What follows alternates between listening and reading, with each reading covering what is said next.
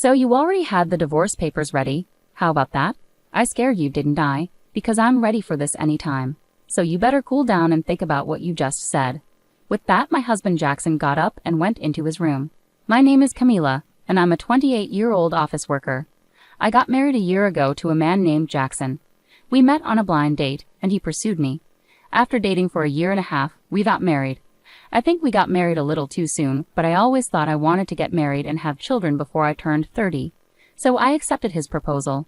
But I realized later that I should have been more careful. The first thing that surprised me was that Jackson changed his job as soon as we got married. "I'm changing jobs," Jackson said out of the blue. "Why all of a sudden?" I asked him. He said, "Because I can't show my full potential there." I thought, what the heck? But he told me he had already submitted his resignation and would leave at the end of the month. He managed to get the job he wanted, but the salary was lower than his previous one. I thought it was okay since I was also working. But then Jackson started asking me to quit my job. I would have been fine with quitting if Jackson's income was enough to support us both, but as I mentioned, he just changed jobs and his salary is lower now. Jackson says his salary will increase soon, but we don't know when that will be. If I quit my job now, we wouldn't be able to save any money and would struggle to pay for things like rent and car expenses. In short, we couldn't manage on Jackson's salary alone. So I told Jackson, "I won't quit my job until your salary goes up."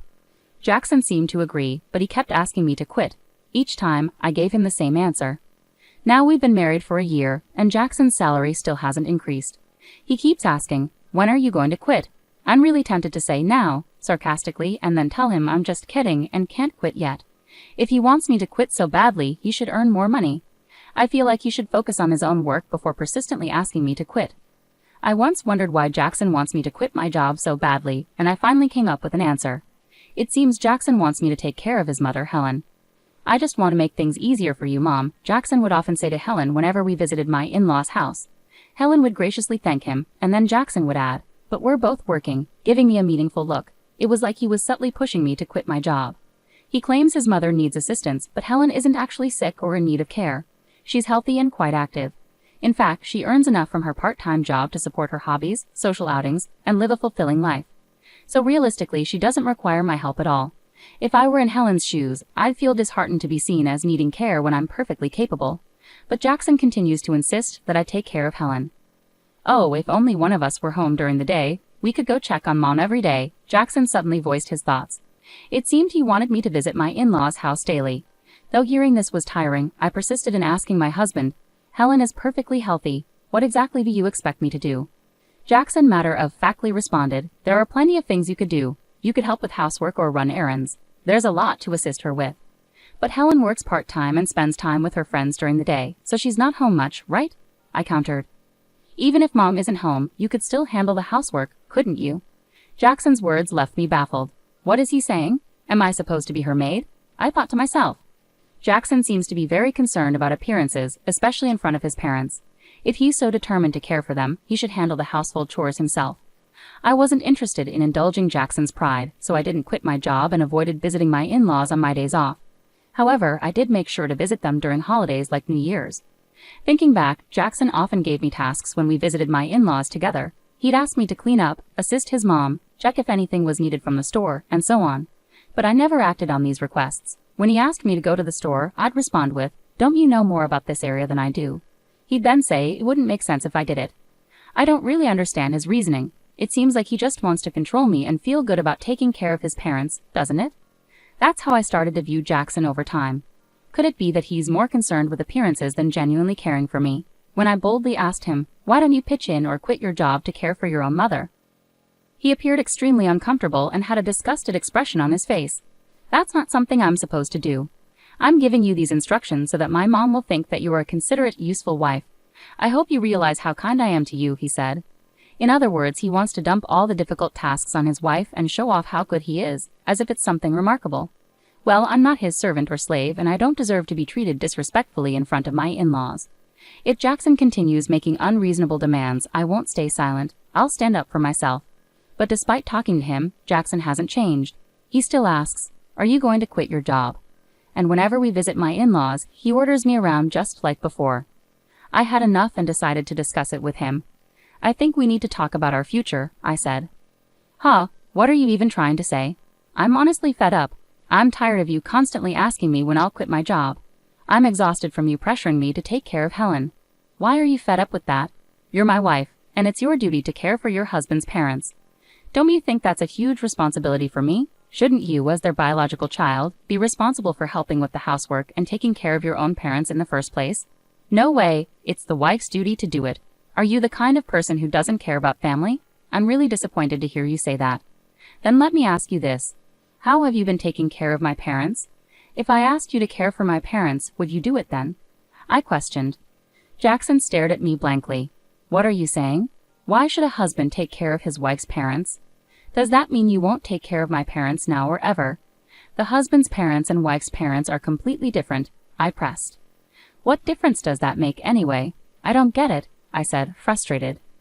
I didn't realize you were so clueless. It's like talking to my old boss, I continued. What are you saying? Jackson asked, confused. I'm saying the husband's parents should come first. You should take care of your wife's parents, I clarified.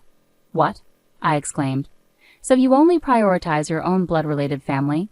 I'm so disappointed in you. I won't be visiting your parents anymore. Ha! Why would you do that? Enough is enough. I'm the one who wants you to stop this nonsense, I retorted. No way. How dare you talk back like that? My mom is right, Jackson shot back. Ha! Mom was talking about you. She said you're a badly behaved wife. That's why she gave me this. With that, Jackson pulled out a piece of paper from his bag. It was divorce papers. What? You already had divorce papers ready. I was shocked, but Jackson seemed strangely proud. See? I scared you, didn't I? I'm prepared for this any time. So think about what you just said, Jackson declared smugly before leaving for his room. Unbelievable. Why is Jackson so selfish? And that look of triumph on his face. It's clear the divorce papers are a threat to make me obey him. The fact that Helen was involved made me even more suspicious. Jackson is acting like a puppet for his mom, trying to control me while following her orders. It's ridiculous. I won't let Jackson have his way. How can he not see our marriage is in trouble when he acts like this? His lack of understanding just annoys me more. Jackson had already completed the divorce papers and handed them to me, with witnesses including Helen and his friends. This meant I could sign and file them whenever I chose. The next day, after Jackson went to work, I filled out the divorce papers and submitted them to the city office. As a precaution, I also filed a notice of non-acceptance of the marriage certificate. I called my parents and explained the situation, knowing Jackson might threaten to file the marriage certificate on his own if he found out. My parents were shocked that I had already prepared the divorce papers but fully supported my decision, outraged by Jackson's behavior. They offered to help me move my belongings immediately.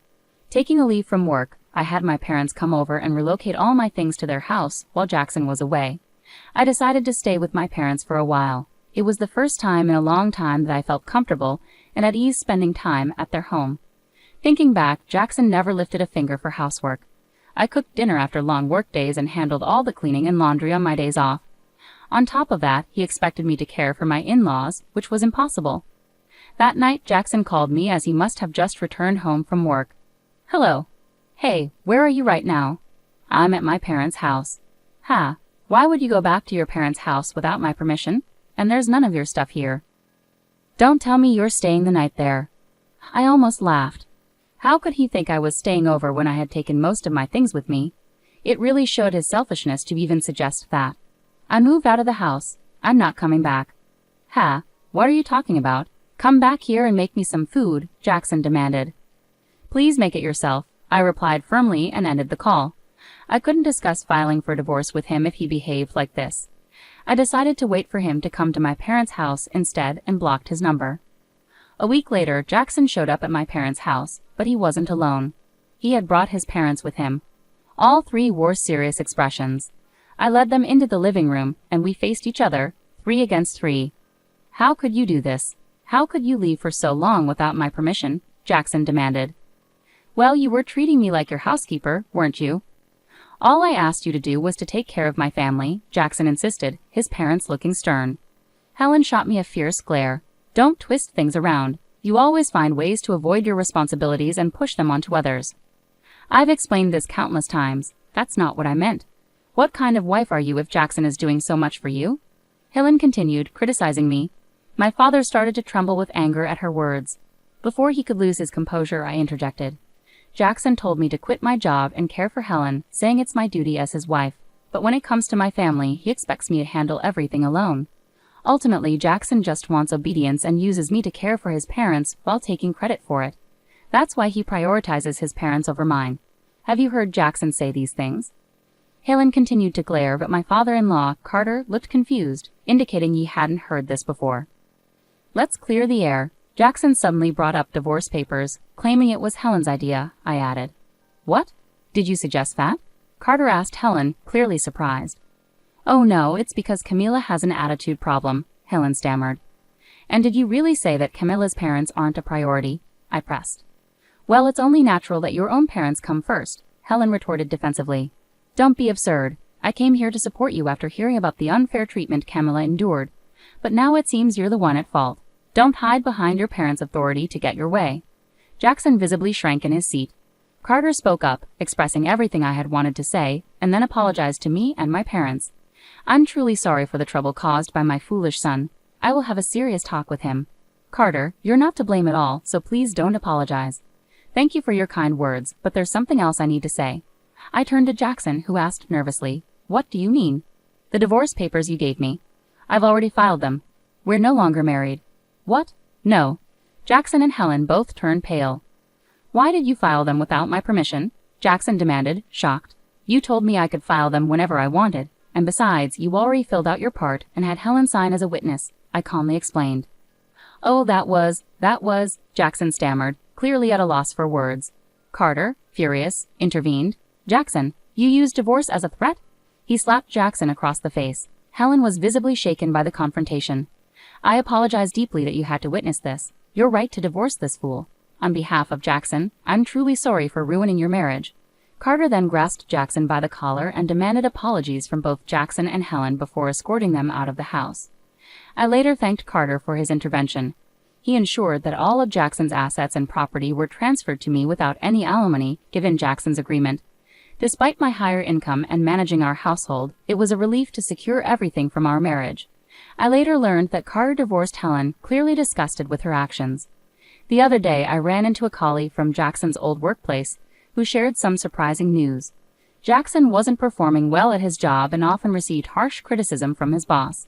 In defiance, Jackson resigned and changed jobs. This was news to me, and it only added to my frustration with him.